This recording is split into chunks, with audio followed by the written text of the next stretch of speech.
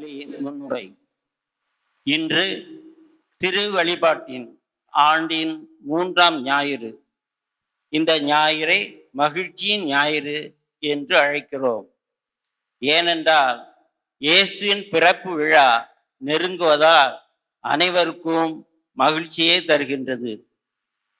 அந்த மகிழ்ச்சியை நிபந்தனைகளோடு இறைவன் தருவதில்லை. மாறாக அவருடைய வருகை நம்மிலே நிபந்தனையற்ற நிலையில் மகிழ்ச்சியை ஏற்படுத்துகின்றது, ஒரு மாற்றத்தை ஏற்படுத்துகின்றது. இதைத்தான் இன்றைய அருள் வாக்குகளும் நமக்கு எடுத்துரைக்கின்றன. பேரிடராய் வந்த பெருமழை ஒரே இரவில் மக்களின் வாழ்க்கையை புரட்டி போட்டது. மக்களின் மனதில் ஏற்பட்ட இரக்க பெருக்கால் இருப்பவர்கள் இல்லாதவர்களுக்கு பகிர்ந்ததையும், முடியாதவர்களுக்கு முடிந்தவர்கள் ஓடி வந்து உதவியதையும் பார்க்கும்போது சோகத்திலும் ஓர் இறைத்தன்மை, உண்மை மகிழ்ச்சியை காண முடிகிறது. பகிர்வின் மகிமை வெளிப்பட்டது. இந்த பகிர்வின் மகிழ்ச்சியையும் ஈடுபாடும் நம் வாழ்வில் துன்ப துயர நேரங்களில் மட்டுமல்லாது எப்போதும் தக்க வைத்துக் கொள்ள நம் சுயநலங்களை மறந்து வாழ இத்திருப்பலி கொண்டாட்டத்தில் குருவோடு இணைந்து மன்றாடுவோம். இப்பொழுது குருவானவர் திரு வருகை காலத்தின் 3வது மகிழ்ச்சியின் திரி ஏற்றுவார்கள்.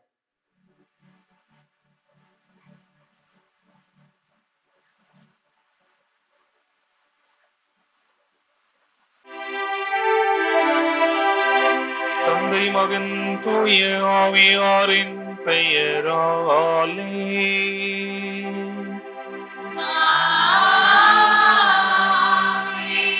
நம் ஆண்டவராகிய இயேசு கிறிஸ்துவின் அருளும் கடவுளின் அன்பும் தூய ஆவியாரின் நட்புறவும் உங்கள் அனைவரோடும் இருப்பதாக.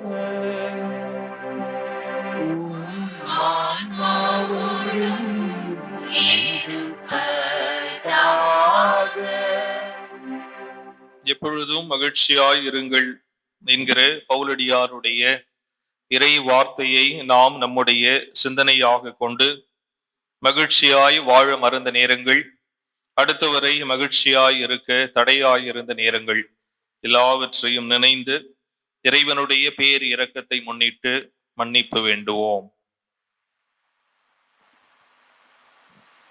எல்லாம் வல்ல இறைவனிடமும் சகோதர சகோதரிகளிடமும் நான் பாவியை ஏற்றுக்கொள்கிறேன். ஏனெனில் என் சிந்தனையாலும் சொல்லாலும் செயலாலும் கடமையை தவறியதாலும் பாவங்கள் பல செய்தேன். என் பாவமே என் பாவமே என் பெரும் பாவமே. ஆகையால் எப்பொழுதும் கன்னியான தூய மரியாதையும் வானதூதர் புனிதர் அனைவரையும் சகோதர சகோதரிகளை உங்களையும் நம் இறைவனாகிய ஆண்டவரிடம் எனக்காக வேண்டிக் கொள்ள மன்றாடுகிறேன். எல்லாம் வல்ல அன்பு இறைவன் நம்மை இரக்கம் வைத்து நம் பாவங்களை எல்லாம் மன்னித்து நம்மை முடிவில்லா நிலையான நிறை வாழ்வுக்கு அழைத்து செல்வாராக. ஆமென்.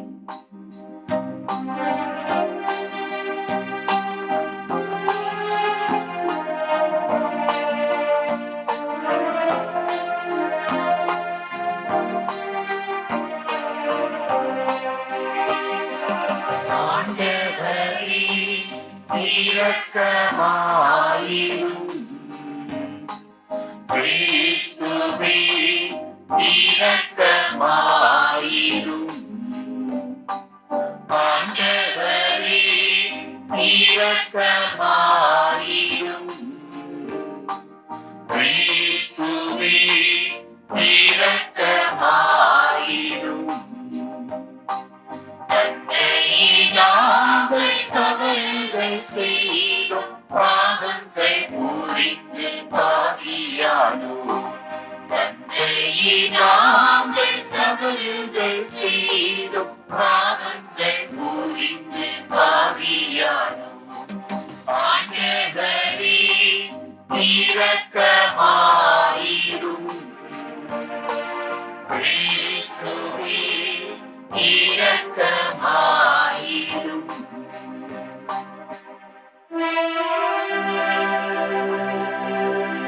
கொண்டாடுவோம். மன்றாடுவோமாக.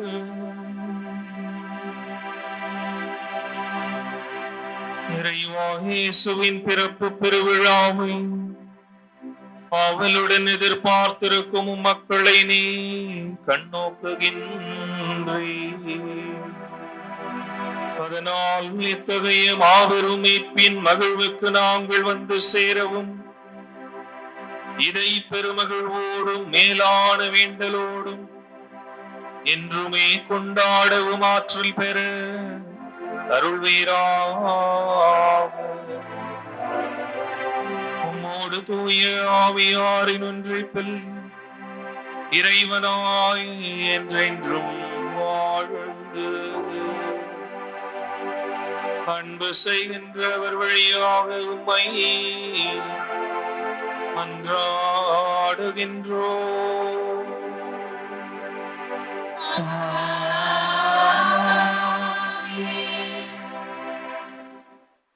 முதல் வாசகம். உன் பொருட்டு ஆண்டவர் மகிழ்ந்து களி கூறுவார். இறைவாக்கினர் செப்பனியா நூலிலிருந்து வாசகம். அதிகாரம் 3, இறை சொற்றொடர்கள் 14 முதல் 17 முடிய. மகளே சீயோன், மகிழ்ச்சியால் ஆர்ப்பரி. இஸ்ரேலே, ஆரவாரம் செய். மகளே எருசலேம், உன் முழு உள்ளத்தோடு அகமகிழ்ந்து அக்களி. ஆண்டவர் உன் தண்டனை தீர்ப்பை தள்ளிவிட்டார். உன் பகைவர்களை அப்புறப்படுத்தினார். இஸ்ரேலின் அரசராகிய ஆண்டவர் உன் நடுவில் இருக்கின்றார். நீ இனி எந்த தீங்கிற்கும் அஞ்ச மாட்டாய். அந்நாளில் எருசலேமை நோக்கி இவ்வாறு கூறப்படும்: சீயோனே, அஞ்ச வேண்டாம், உன் கைகள் சோர்வடைய வேண்டாம். உன் கடவுளாகிய ஆண்டவர் உன் நடுவில் இருக்கின்றார். அவர் மாவீரர், மீட்பு அளிப்பவர். உன் பொருட்டு அவர் மகிழ்ந்து களி கூறுவார். தம் அன்பினால் உனக்கு புத்துயிர் அளிப்பார். உன்னை குறித்து மகிழ்ந்து ஆடி பாடுவார். ஆண்டவரின் அருள்வாக்கு. இறைவனுக்கு நன்றி. பதிலுரை பாடல். எசாயா நூலிலிருந்து பதிலுரை பாடல். அதிகாரம் 12. நீங்கள் பாட வேண்டிய பல்லவி. ஆர்ப்பரித்து அக்களியுங்கள், ஆண்டவர் சிறந்து விளங்குகின்றார்.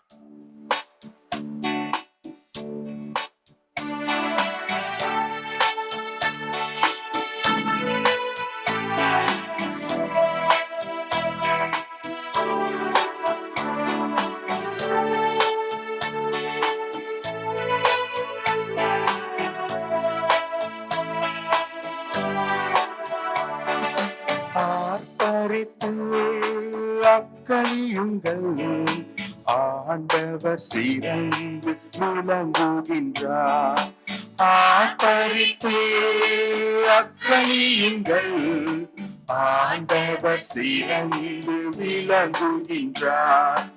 ஆர்ப்பரித்து அக்களியுங்கள், ஆண்டவர் சிறந்து விளங்குகின்றார். இறைவன் என் மீட்பர், அவர் மேல் நம்பிக்கை வைக்கிறேன், நான் அஞ்ச மாட்டேன். ஆண்டவரே என் ஆற்றல், அவரையே பாடுவேன். என் மீட்பும் அவரே. மீட்பருளும் ஊற்றுகளிலிருந்து நீங்கள் அகமகிழ்வோடு தண்ணீர் முகந்து கொள்வீர்கள். ஆர்ப்பரித்து அக்களியுங்கள், ஆண்டவர் சிறந்து விளங்குகின்றார். ஆர்ப்பரித்து அக்களியுங்கள், ஆண்டவர் சிறந்து விளங்குகின்றார். இரண்டாம் வாசகம். ஆண்டவர் அண்மையில் உள்ளார். திருத்தூதர் பவுல் பிலிப்பியருக்கு எழுதிய திருமுகத்திலிருந்து வாசகம். அதிகாரம் 4, இறை வார்த்தைகள் 4 முதல் 7 முடிய. சகோதரர் சகோதரிகளே, ஆண்டவரோடு இணைந்து என்றும் மகிழுங்கள். மீண்டும் கூறுகிறேன், மகிழுங்கள். கனிந்த உங்கள் உள்ளம் எல்லா மனிதருக்கும் தெரிந்திருக்கட்டும். ஆண்டவர் அண்மையில் உள்ளார். எதை பற்றியும் கவலைப்பட வேண்டாம். ஆனால் நன்றியோடு கூடிய இறைவேண்டல், மன்றாட்டு ஆகிய அனைத்தின் வழியாகவும் கடவுளிடம் உங்கள் விண்ணப்பங்களை தெரிவியுங்கள். அப்பொழுது அறிவெல்லாம் கடந்த இறை அமைதி கிறிஸ்து இயேசுவோடு இணைந்துள்ள உங்கள் உள்ளத்தையும் மனதையும் பாதுகாக்கும். ஆண்டவரின் அருள்வாக்கு. இறைவனுக்கு நன்றி.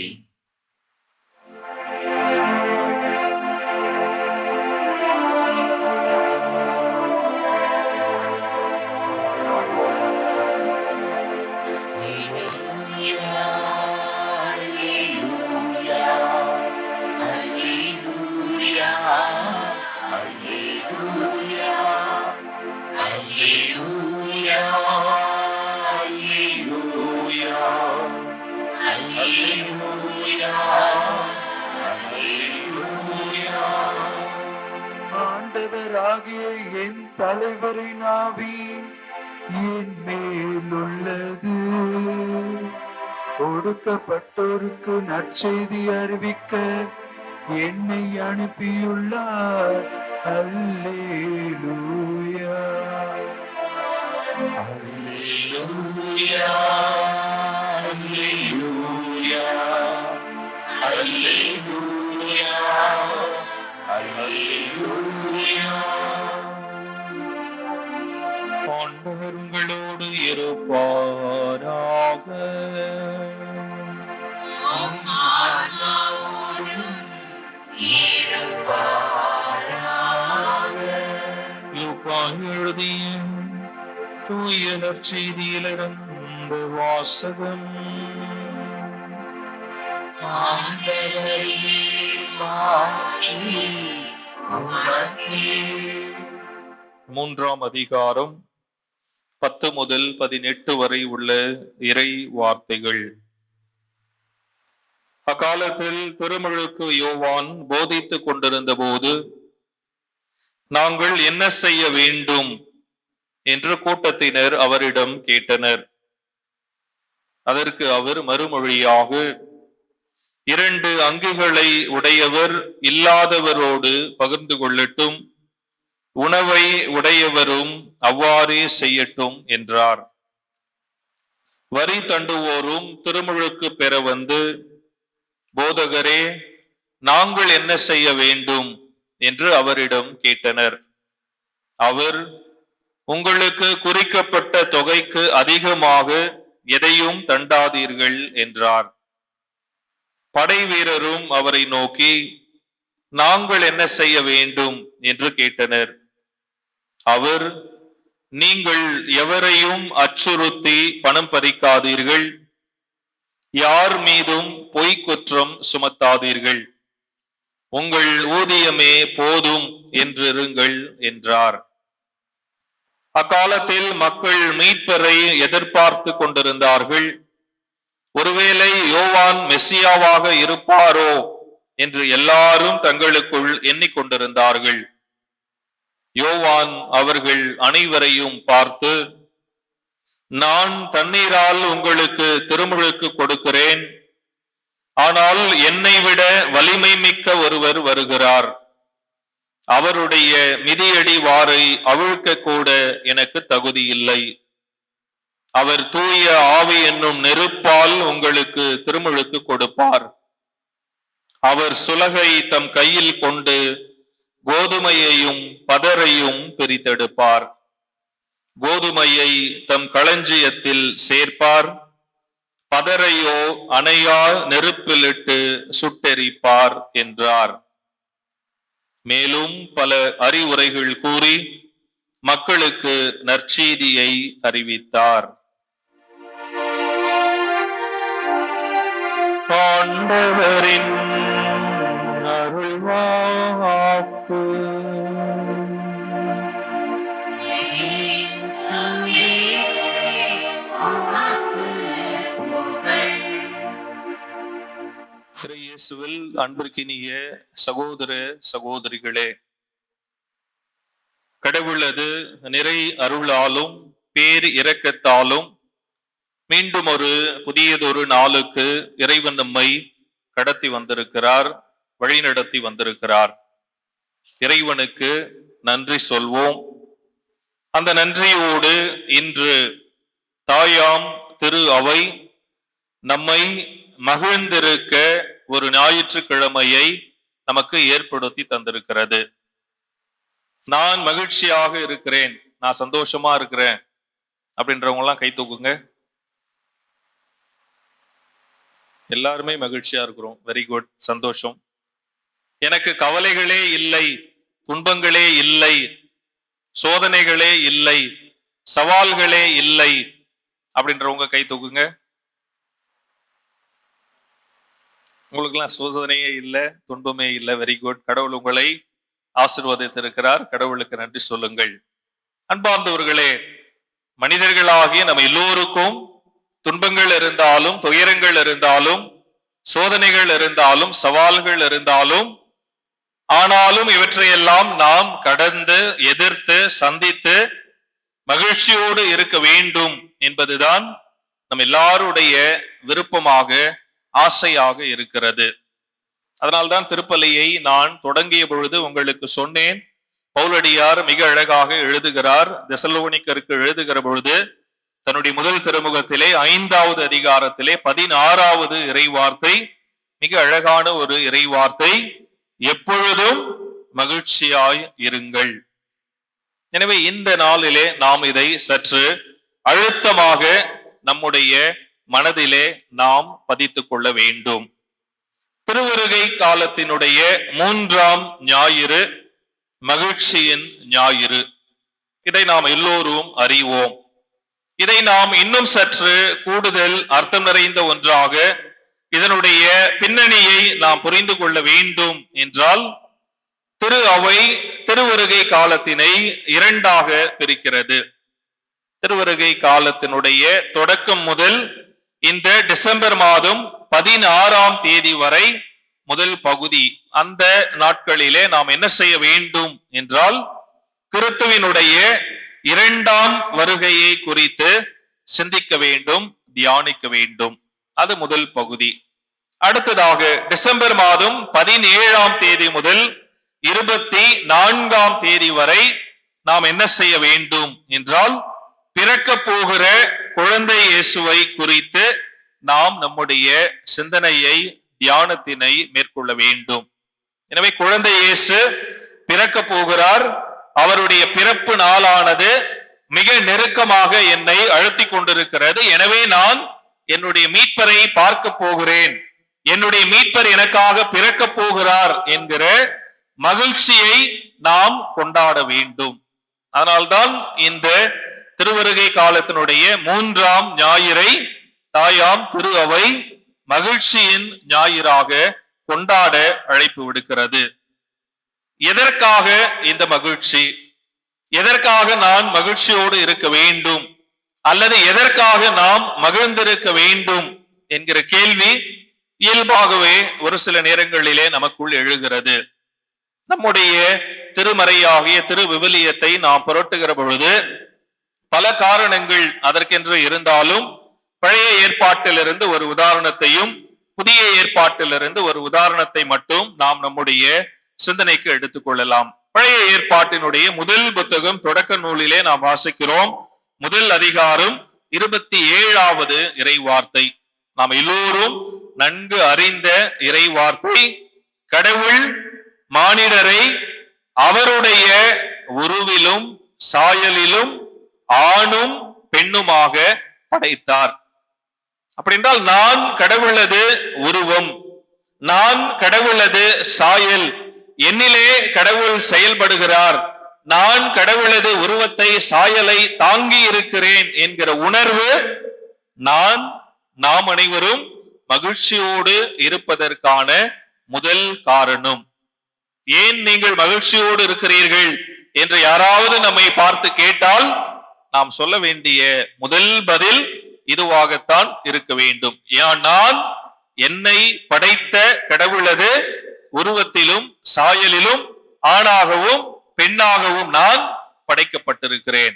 இது முதல் காரணம், நாம் மகிழ்ச்சியோடு இருப்பதற்கு. 2வது காரணம் புதிய ஏற்பாட்டிலே நாம் வாசிக்கிறோம். லூக்கா நற்செய்தியாளர் அதை மிக அழகாக நமக்கு எழுது காட்டுகிறார். 3வது அதிகாரத்திலே 6வது இறை வார்த்தையிலே நாம் வாசிக்கிறோம். மனிதர் அனைவரும் கடவுள் அருளும் மீட்பை காண்பார்கள். மனிதர் அனைவரும் கடவுள் அருளும் மீட்பை காண்பார்கள். அப்படி என்றால் இதிலே 2 காரியங்களை லூக்கா நற்செய்தியாளர் நம்முடைய நினைவிற்கு கொண்டு வருகிறார். என்ன அது? கடவுளுடைய மீட்பை நாம் காணப்போகிறோம் என்றால் கடவுளது முகத்தை தரிசிக்கிற பேரு என்பது நம் எல்லோருக்கும் இருக்கிறது. கடவுளது மீட்புக்கு உரியவளாக நான் இருக்கிறேன் என்றால் கடவுளது முகத்தை நான் பார்க்க போகிறேன். 2வதாக மீட்புக்கு உரிமை உடையவளாக நாம் எல்லோரும் இருக்கிறோம். எனவே நாம் மகிழ்ந்திருக்க வேண்டும் என்று லூக்கா நற்செய்தியாளர் நமக்கு உணர்த்துகிறார். மகிழ்ந்திருப்பதற்கான காரணங்கள் 2. நான் கடவுளது உருவமும் சாயலும், நான் கடவுளை முகமுகமாய் தரிசிக்க போகிறேன். மீட்புக்கு உரிமை உடையவளாக கடவுள் என்னை படைத்திருக்கிறார். இன்றைய திருவழிபாட்டு வாசகங்கள், முதல் வாசகம், 2ஆம் வாசகம், நற்செய்தி வாசகம் எல்லாமே மீண்டுமாக நாம் அனைவரும் மகிழ்ச்சியோடு இருக்க வேண்டும் என்கிற அழைப்பினை இன்னும் சற்று கூடுதல் அழுத்தம் கொடுத்து பேசுகிறது. முதல் வாசகத்திலிருந்து நாம் தொடங்குகிற பொழுது இறைவாக்கினர் செப்பனியா மிக அழகாக அதை எழுதுகிறார். 3வது அதிகாரத்திலே 14வது இறை வார்த்தையிலே நாம் வாசிக்கிறோம். மகளே சீயோன் மகிழ்ச்சியால் ஆர்ப்பரி என்றுதான் இன்றைய முதல் வாசகம் தொடங்குகிறது. அகமகிழ்ந்து நீ அக்களி என்று சொல்லுகிறார் இறைவாக்கினர் செப்பனியா. அப்படி என்றால் எதற்காக நான் மகிழ்ந்திருக்க வேண்டும், எதற்காக நான் அகமகிழ்ந்து நாம் அக்களிக்க வேண்டும் என்றால் கடவுள் உனக்கு அருகில், கடவுள் உனக்கு பக்கத்தில் இருக்கிறார் என்பதுதான் இறைவாக்கினர் செப்பனியா சொல்லுகிற காரணம். கடவுளே என்னுடைய பக்கத்தில் இருக்கிற பொழுது, நான் கடவுளுக்கு அருகாமையில் இருக்கிற பொழுது என்னால் எப்படி இன்று மகிழ்ச்சியாய் இல்லாமல் இருக்க முடியும், அல்லது வேறு எது என்னிடமிருந்து என்னுடைய மகிழ்ச்சியை எடுத்துக்கொள்ள முடியும்? என்னுடைய கடவுள் என்னுடைய உருவத்திலே அல்லது கடவுளுடைய உருவத்திலே நான் இருக்கிறேன், நான் மீட்புக்கு உரியவனாக இருக்கிறேன் என்றால் என்னுடைய கடவுள் எனக்கு அருகில் இருக்கிறார், எனக்கு பக்கத்தில் இருக்கிறார். என்னை போல மனிதனாக, குழந்தையாக இன்னும் கொஞ்ச நாட்களிலே பிறக்க போகிறார். எனவே நீ மகிழ்ந்திரு. திருத்தூதர் யாக்கோபு தன்னுடைய திருமுகத்திலே எழுதுகிறார். 2வது அதிகாரத்திலே 15 முதல் 17 வரை உள்ள இறை வார்த்தை. ஒருவர் போதிய உடையும் உணவும் இல்லாதிருக்கும் போது அவருக்கு தேவையான எதையும் கொடாமல் சென்று வாருங்கள், குளிர் காய்ந்து கொள்ளுங்கள், பசியாற்றிக் கொள்ளுங்கள் என்று சொல்வதால் என்ன பயன் என்று திருத்தூதர் யாக்கோபு எழுதுகிறார். இன்று பசியோடு என்னை தேடி வருகிறவர்கள், இன்று என்னுடைய ஆதரவிற்காக என்னை தேடி வருகிறவர்களுக்கு நான் என்ன பதில் சொல்லுகிறேன்? இன்று என்னுடைய உணவை, இன்று என்னுடைய உடையை நான் இல்லாதவரோடு பகிர்ந்து கொள்வதற்கான மனநிலை என்னிடத்திலே இருக்கிறதா? கடவுள் அருளும் மீட்பையும், கடவுள் நமக்காக கொடுக்கவிருக்கிற மகிழ்ச்சியையும் நான் பெற்றுக்கொள்ள வேண்டும் என்றால் இன்று நான் என்னுடைய உணவையும் உடையையும் பகிர்ந்து கொள்வதன் வழியாக நானும் மகிழ வேண்டும், அடுத்தவருடைய வாழ்விலும் மகிழ்ச்சியை கொண்டு வர வேண்டும். 2வது வகையினர் வரி தண்டுவோர் திருமுழுக்கு யோவானை தேடி வருகிறார்கள். அவர்களுக்கு திருமுழுக்கு யோவான் சொல்லுகிற பதில் குறிப்பிட்ட தொகைக்கு மேல் வரி தண்டாமல் இருப்பது. அப்படி என்றால் உங்களுடைய கடமை எதுவோ, உங்களுக்கு குறிக்கப்பட்டது எதுவோ, உங்களுடைய வேலை எதுவோ, உங்களுடைய பணி எதுவோ அதை மட்டும் செய்யுங்கள். அப்படி என்றால் ஏழைகளை வஞ்சித்து பறிக்காதீர்கள் என்பது அவருடைய அழைப்பாக இருக்கிறது வரி தண்டுவோருக்கு. மிக அழகாக சுவாமி விவேகானந்தர் அவர்கள் சொல்லுகிறார், ஏழை மக்களையே உங்களுடைய தெய்வமாக கொள்ளுங்கள், அவர்களை பற்றியே சிந்தனை செய்யுங்கள், அவர்களுக்காகவே உழையுங்கள். இன்று ஏழைகள் உண்மையிலேயே நம்முடைய பார்வையிலே தெய்வங்களாக தெரிகிறார்களா? உண்மையிலேயே அவர்கள் இன்று நம்முடைய சிந்தனையாக இருக்கிறார்களா? நம்முடைய சிந்தனையிலே இன்று ஏழைகள் இருக்கிறார்களா? வரி தண்டுவோருக்கு திருமுழுக்கு யோவான் சொன்னது, குறிப்பிட்ட தொகைக்கு மேல் நீங்கள் வரி தண்டாமல் இருப்பது. மூன்றாவது, படை வீரர்கள் நாங்களும் என்ன செய்ய வேண்டும் என்று திருமுழுக்கு யோவானை கேட்கிறார்கள். அவர்களுக்கு திருமுழுக்கு யோவான் சொல்லுகிற பதில், எவரையும் அச்சுறுத்தி பணம் பறிக்காமலும் பொய்க்குற்றம் சுமத்தாமலும் போதும் என்கிற மனநிலையோடு வாழுங்கள். இதுதான் இந்த படை வீரர்களுக்கு திருமுழுக்கு யோவான் கொடுக்கிற பதிலாக இருக்கிறது. இதை ஒட்டிய ஒரு சிந்தனை மிக அழகாக ரவீந்திரநாத் தாகூர் எழுதுகிறார். அதை நாம் நம்முடைய கவனத்திற்கு கொள்வது சால சிறந்ததாக இருக்கும் என்று நினைக்கிறேன். ரவீந்திரநாத் தாகூர் தன்னுடைய எழுத்துக்களிலே இவ்வாறு எழுதுகிறார்: மந்திரம் ஓதுவதையும் பாடல் பாடுவதையும் ஜபமாலை உருட்டுவதையும் நிறுத்துங்கள். ஆலயத்தில் தனிமையான இருளடர்ந்த மூலையிலே கதவுகளை அடைத்துக் கொண்டு யாரை தேடுகிறீர்கள்? கண்களை திறந்து பாருங்கள், கடவுள் உங்கள் முன்னால் இல்லை. கடினமான தரையை உழுகின்ற உழவனிடத்திலும் சாலை அமைக்கின்றவனிடத்திலும் அவன் இருக்கிறான். அவர்களோடு மழையில் நனைகிறான், அவர்களோடு வெயிலில் காய்கிறான், அவர்களுடைய ஆடை தூசியால் நிறைந்துள்ளது. உன்னுடைய திரு உடையை கழற்றிவிட்டு அவனை போல் நீயும் புழுதியில் இறங்கி வா. பூவையும் உன் நறுமண புகையையும் பூசையையும் விட்டு வெளியே வா என்று பாடுகிறார் ரவீந்திரநாத் தாகூர். சவால் நிறைந்த வார்த்தைகள், மிகப்பெரிய ஒரு சவாலை நமக்கு முன்பாக விடுக்கிற அழைப்பாக இது இருக்கிறது. இன்று நம்முடைய வாழ்வு எப்பேற்பட்ட ஒரு வாழ்வாக இருக்கிறது என்பதை நாம் உண்மையிலேயே சிந்தனைக்கு எடுத்துக்கொள்ள வேண்டிய ஒரு வார்த்தையாக இவரது எண்ணங்கள் நமக்கு இன்று இருக்கிறது.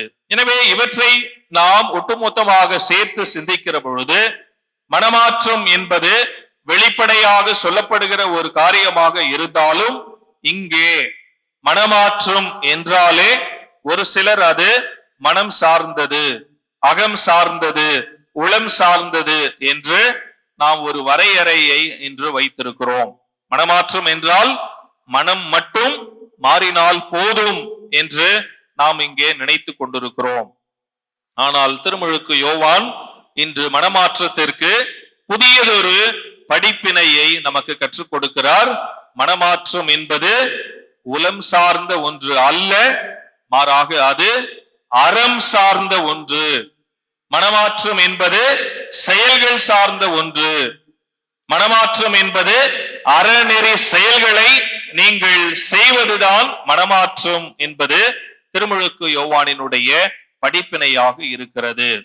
இன்று அப்பேற்பட்ட ஒரு மனமாற்றத்திற்கு உரியவர்களாக, அறம் சார்ந்த, செயல் சார்ந்த, அறநெறி செயல்பாடுகள் சார்ந்த ஒரு மனமாற்றத்திற்கு உரியவர்களாக நாம் எப்போது நம்மை மாற்றிக்கொள்ளுகிறோமோ அப்போதுதான் உண்மையான மகிழ்ச்சிக்கு உரியவர்களாக நம்மால் மாற முடியும் என்பதை இந்த வேளையிலே நாம் உணர்ந்து கொள்ள அழைக்கப்படுகிறோம்.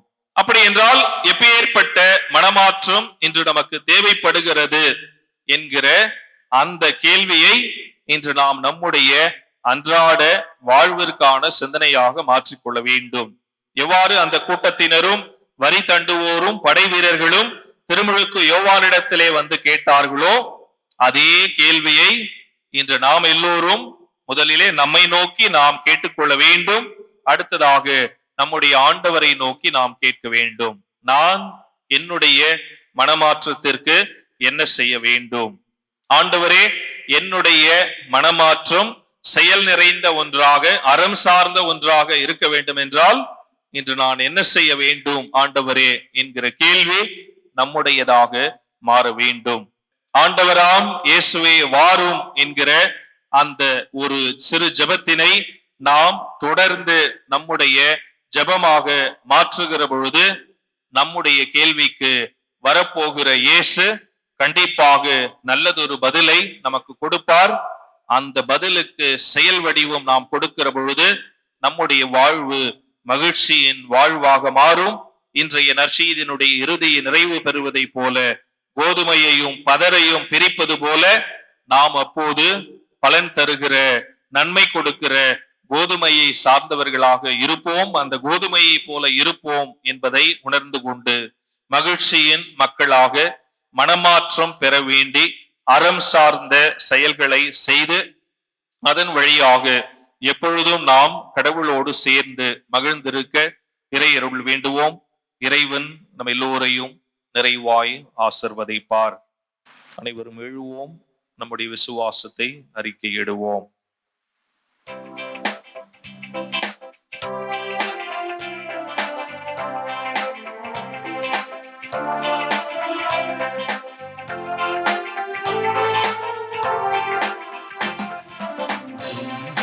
மண்ணையும் படைத்தவராம் கடவுள் ஒருவர் இருக்கின்றார். தந்தை மகன் தூய ஆவியராம் ஒன்றாய் வாழ்வுரை நம்புகிறேன். தூய ஆவியின் வல்லமையாம் இறைமகன் நமக்காய் மனிதரானார். கன்னி மரியிடம் பிறந்தவராம் இயேசுவை உறுதியாய் நம்புகிறேன். பிலாத்துவின் ஆட்சியில் பாடுபட்டார், சிலுவையில் இறந்து அடக்கப்பட்டார். மூன்றாம் நாளில் உயிர்த்தெழுந்தார், இறப்பின் மீதே வெற்றி கொண்டார். விண்ணகம் வாழும் தந்தையிடம் அரியணை கொண்டு இருக்கின்றார். உலகம் முடியும் காலத்திலே நடுவரையில் வந்திடுவார். தூய ஆவியாரை நம்புகிறேன், வானில் அவர் துணை வேண்டுகிறேன். பாவ மன்னிப்பு தூய்மை பெற்று பரிகார வாழ்வு இழந்திடுவேன். திரு அவை உரைப்பதை நம்புகிறேன், புனிதர்கள் உறவை நம்புகிறேன். உடலின் உயிர்ப்பை நிறை வாழ்வை உறுதியுடனே நம்புகிறேன்.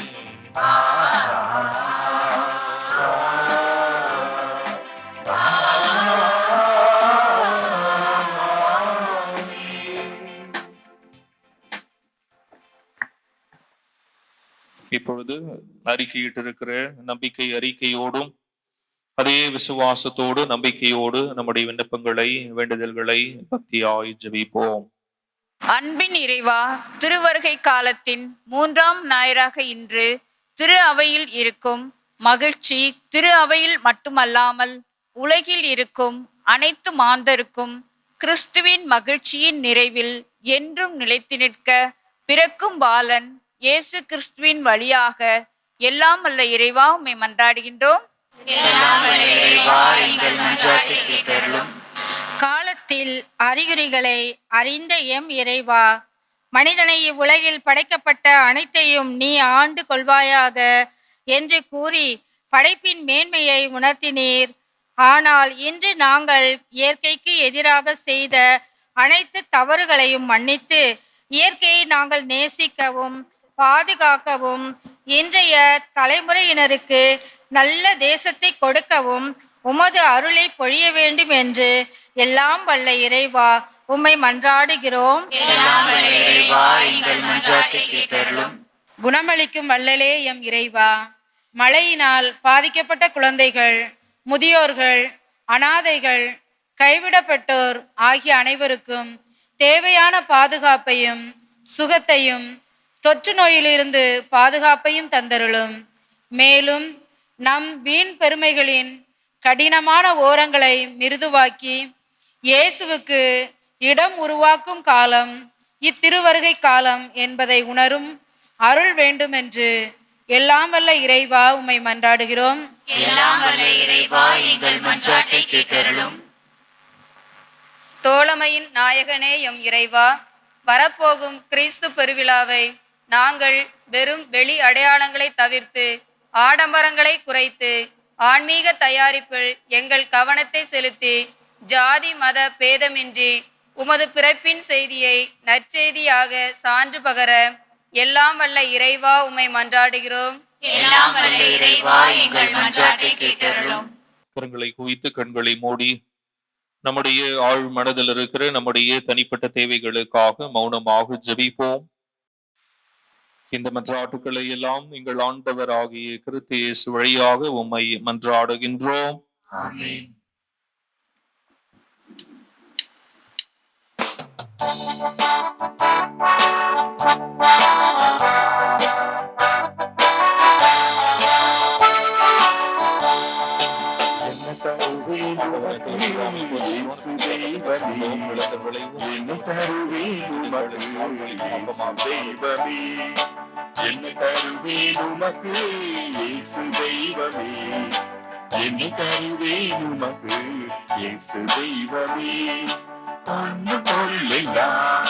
கேட்கவில்லையே நொறுங்கிய நெஞ்சம் நீங்கள் கேட்பது பொண்ணு பொருள் எல்லாம் கேட்கவில்லையே நொறுங்கிய நெஞ்சம் நீங்கள் கேட்பது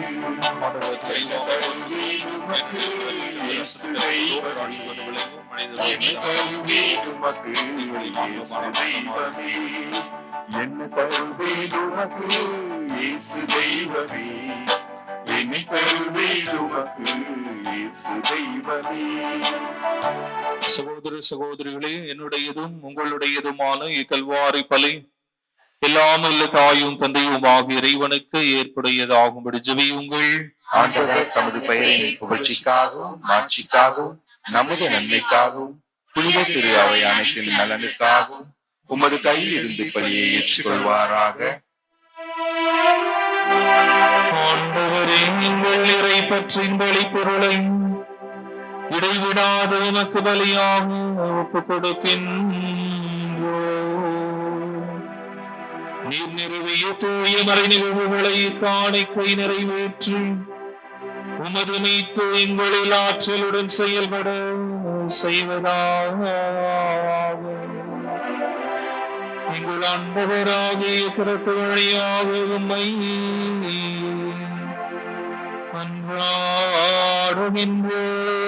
மன்றாடுகின்றோம்.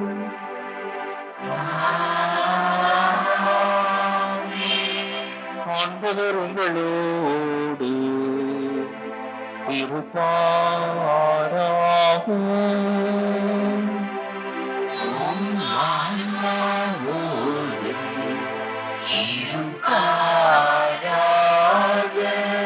இதயங்களை மேலே எழுப்புங்கள்.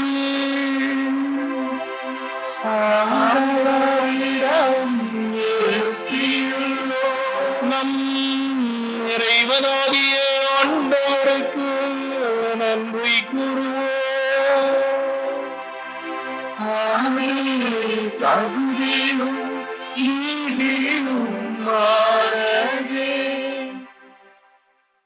ஆண்டவரே, தூயவரான தந்தையே, தாயே, என்றும் வாழுமெல்லாம் வல்ல இறைவா, எங்கள் ஆண்டவராகிய கிறிஸ்து வழியாக என்னாலும் எவ்விடத்திலும் நாங்கள் உமக்கு நன்றி செலுத்துவதும் மெய்யாகவே தகுதியும் நீதியுமாகும். எங்கள் கடமையும் மீட்புக்கு உரிய செயலுமாகும். கிறிஸ்து தம்மையே தாழ்த்தி உடலெடுத்து முதன்முறை வந்தபோது தொடக்கத்திலிருந்தே நீர் வகுத்த திட்டத்தை நிறைவேற்றி முடிவெல்லாம் மீட்பின் வழியை மீண்டும் எங்களுக்கு திறந்து வைத்தார். எனவே அவர் மறுமுறை தம் மாண்புக்கு உரிய மாட்சியுடன் வரும் பொழுது இறுதியில் வெளிப்படும் நீர்வாக்களித்த மீட்பை உமது கொடையென பெற்றுக்கொள்வோம். அதையே நாங்கள் இப்பொழுது விழிப்பாயிருந்து துணிவுடன் எதிர்பார்க்கின்றோம். ஆகவே வானத்தூதர் முதன்மை வானத்தூதரோடும் அரியணையில் அமர்வோர் தலைமை தாங்கோரோடும் வான்படைகளின் அணிகள் அனைத்தோடும் சேர்ந்து ஒரே குரலாய் உமது மாட்சியை புகழ்ந்து பாடுவதாவது.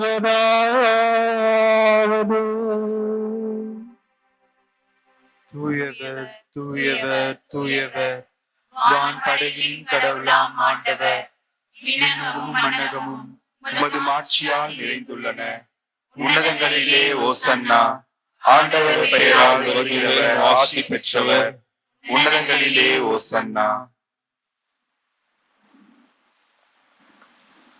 ஆண்டவரே, நேர்மையாகவே தூயவர், தூய்மை அனைத்துக்கும் ஊற்று. ஆகவே உம்முடைய ஆவியை பொழிந்து இக்காணிக்கைகளை தூய்மைப்படுத்த உம்மை வேண்டுகிறோம். இவ்வாறு எங்கள் ஆண்டவர் இயேசு கிறிஸ்துவின் உடலும் இரத்தமுமாக எங்களுக்கு இவை மாறுவனவாக.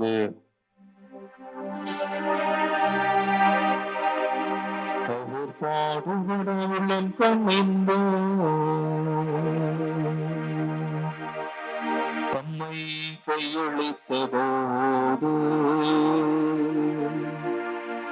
அப்பத்தை எடுத்து நன்றி செலுத்தி அதை பிட்டு தம் சீடர்களுக்கு அளித்து இயேசு கூறியதாவது, அனைவரும் இதிலிருந்து பெற்று உண்ணுங்கள். ஏனெனில் இது உங்களுக்காக கையளிக்கப்படும் என் உடல்.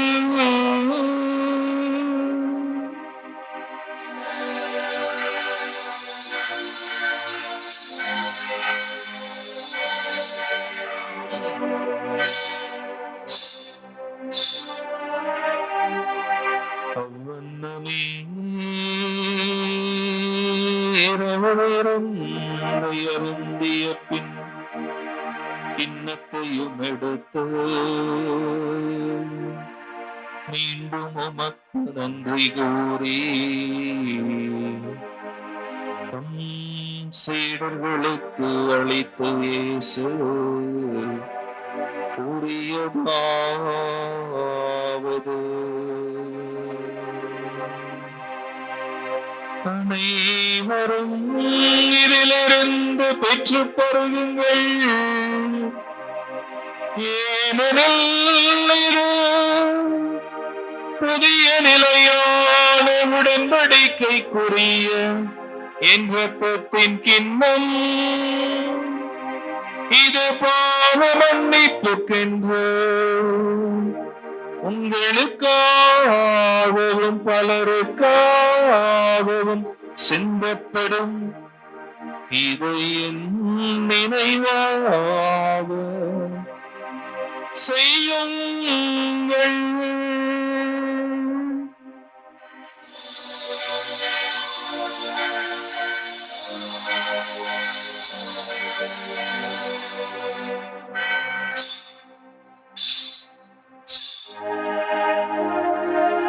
நம்பிக்கையின் மறை பொருள்.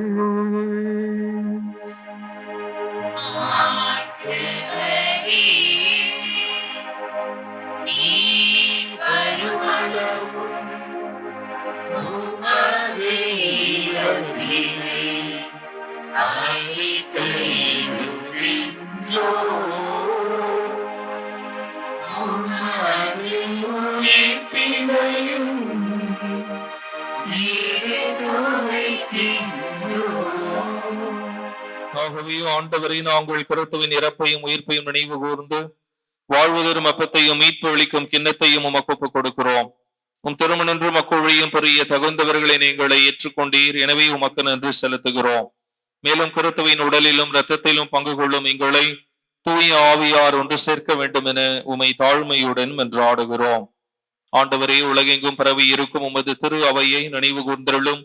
எங்கள் திருத்தந்தை பிரான்சிஸ், எங்கள் ஆயர் நீதிநாதன், எல்லா திருநிலையினர் ஆகிய அனைவரோடும் உமது திரு அவை அன்பில் நிறைவு பெறச் செய்தருளும்.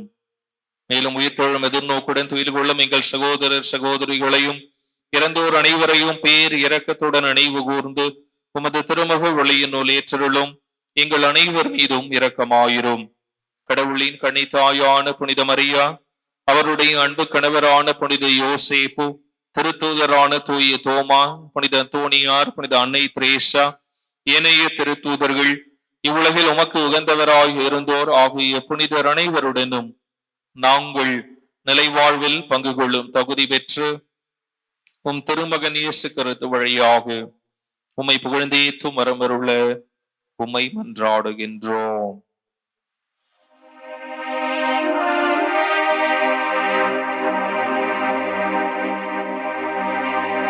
இவர் வழியாக இவரோடு இவரில் எல்லாம்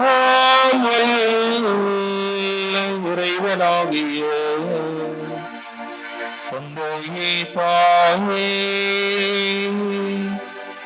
தூயாவியாரின் ஒன்றுக்குள் எல்லா புகழும் மாற்றியும் என்றென்று நமக்கு உரியதே.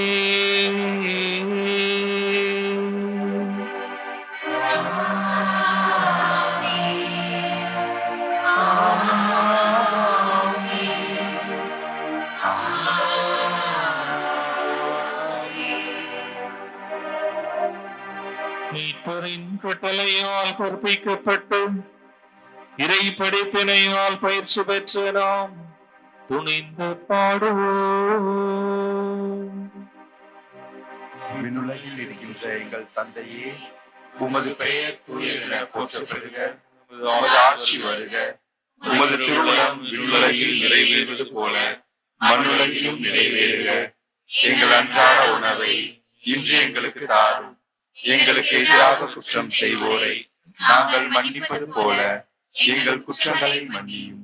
எங்களை சோதனைக்கு உட்படுத்தாதேயும், தீமையிலிருந்து எங்களை விடுவித்தருளும். ஆண்டவரே, தீமை அனைத்திலிருந்தும் எங்களை விடுவித்து எங்கள் வாழ்நாளில் அமைதியை கனிவுடன் அருள உம்மை மன்றாடுகிறோம். உமது பேர் இரக்கத்தின் உதவியால் நாங்கள் பாவத்திலிருந்து எப்போதும் விடுதலை பெற்று யாதொரு கலக்கமும் இன்றி நலமாய் இருப்போமாக. நாங்கள் எதிர்நோக்கி இருக்கும் பேரின்பத்துக்காகவும் எமீட்பராகிய இயேசு கிறிஸ்துவின் வருகைக்காகவும் காத்திருக்கின்றோம். ஏனெனில் ஆட்சியும் வல்லமையும் ஆட்சியும் என்றென்றும் உமதே. ஆண்டவரே இயேசு கிறிஸ்துவே, அமைதியை உங்களுக்கு விட்டுச் செல்லுகிறேன், என் அமைதியையே உங்களுக்கு அளிக்கிறேன் என்றும் திருத்தூதர்களுக்கு மொழிந்தீரே. எங்கள் பாவங்களை பாராமல் உமது திரு அவையின் நம்பிக்கையை கண்ணோக்கி உமது திருவுளத்துக்கு ஏற்பதற்கு அமைதியையும் ஒற்றுமையையும் அளித்தருள்வீராக. என்றென்றும் வாழ்ந்து அன்பு செய்கின்றவர் நீரே. ஆமென். ஆண்டவருடைய அமைதி உங்கள் அனைவரோடும் இருப்பதாக. உம்மாவோடும் இருப்பதாக. ஒருவருக்கொருவர் கிறிஸ்துவின் அமைதியை அறிவித்து மகிழ்வோம்.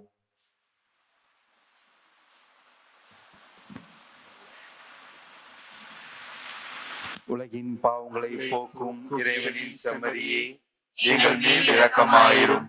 உலகின் பாவங்களை போக்கும் இறைவனின் செம்மறியே, எங்கள் மேல் இரக்கமாயிரும்.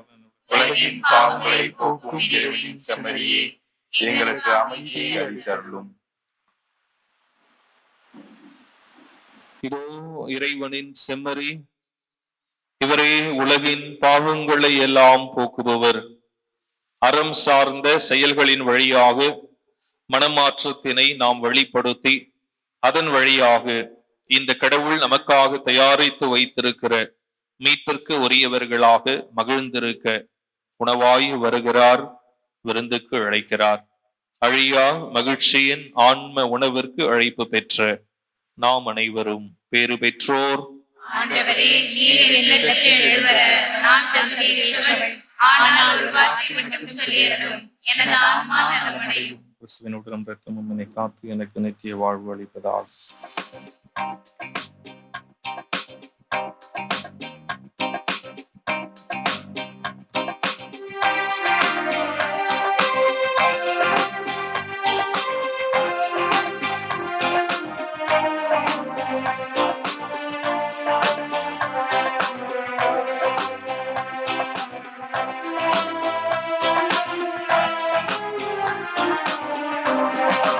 உணவாடும் தெய்வம் உணவாக வந்தால் என் நெஞ்சம் இனிதாக பாடும். கார்மேகம் பாடும் மயிலாக நாடும் என் ஆனந்த ராகம். உறவாடும் தெய்வம் உணவாக வந்தால் என் நெஞ்சம் இனிதாக பாடும். கார்மேகம் பாடும் மயிலாக நாடும் என்னாவில் ஆனந்த ராகம். உணவாய் வந்த தெய்வம் என் உள்ளம் கவர்ந்த தெய்வம், என் உள்ளம் கவர்ந்த தெய்வம், என் உணவாய் வந்த தெய்வம். உணவாய் வந்த தெய்வம் என் உள்ளம் கவர்ந்த தெய்வம், என் உள்ளம் கவர்ந்த தெய்வம், என் உணவாய் வந்த தெய்வம். உறவாடும் தெய்வம் உணவாக வந்தான் என் நெஞ்சம் இனிதாக பாடும். கார்மேகம் பாடும் மயிலாக நாடும் என்னாவில் ஆனந்த ராகம்.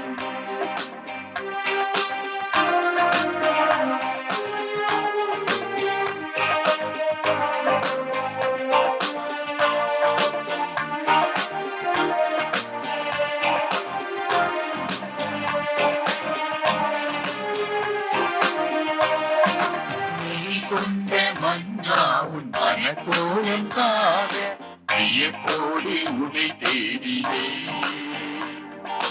விழியிருந்தும் ஏங்க ஏனந்த நீன நான் இங்கு உளம்பாடினே. வெளிக்கொண்ட மன்னா உன் மனக்கோலம் காண வியப்போடு உனை தேடினே. விழியிருந்தும் ஏங்க நீரங்கள் நீர நான் இங்கு உளம்பாடினே. திடன் கொள்ளுங்கள், அஞ்சாதிருங்கள். இதோ நம் கடவுள் வருவார், நம்மை விடுவிப்பார் என கூறுங்கள். இறைவாக்கினர் எசாயா புத்தகம் 35ஆம் அதிகாரம் 4வது இறை வார்த்தை. மன்றாடுவோமாக. ஆண்டவரே, உமது கனிவை கெஞ்சி கேட்கின்றோம். அதனால் எங்களை குற்றங்களிலிருந்து விடுவித்த உமருள் கொடைகள் வரவிருக்கும் பெருவிழாவிற்கு எங்களை தயாரிப்பனவாக. எங்கள் ஆண்டவராகிய கிறிஸ்து வழியாக உம்மை மன்றாடுகின்றோம்.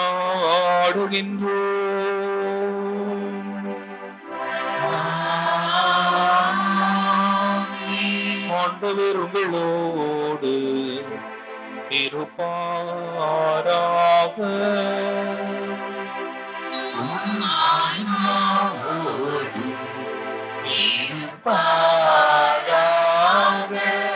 எல்லாம் வல்ல இறைவன் தந்தை மகன் தூய ஆவி உங்கள் அனைவரையும் சேர்வதை பாராக.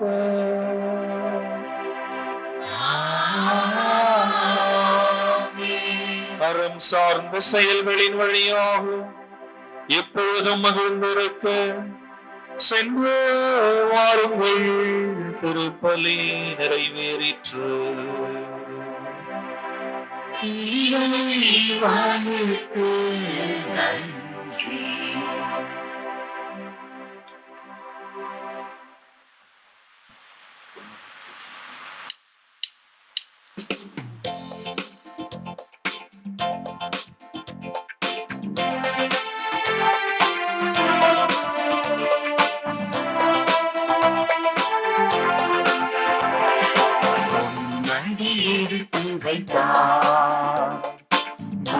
பூமியிலே சுதிரா மன்னகம் படைத்திடவே இங்கு மாந்தர்கள் வாழ்ந்திடவே பொன்னணி எடுத்து வைத்தார் பூமியிலே சுதிரா மன்னகம் படைத்திடவே இங்கு மாந்தர்கள் வாழ்ந்திடவே பார்வையெல்லாம் சித்திர சோலைகளா சின்ன பார்வையெல்லாம் சித்திர சோலைகளா மன்னவனின் வழிகளில் இன்று மலர்ந்திட கண்டோமே மன்னவனின் வழிகளில் இன்று மலர்ந்திட கண்டோமே பொன்னணி எடுத்து வைத்தார் பூமியிலே சுதிரா மன்னகம் படைத்திட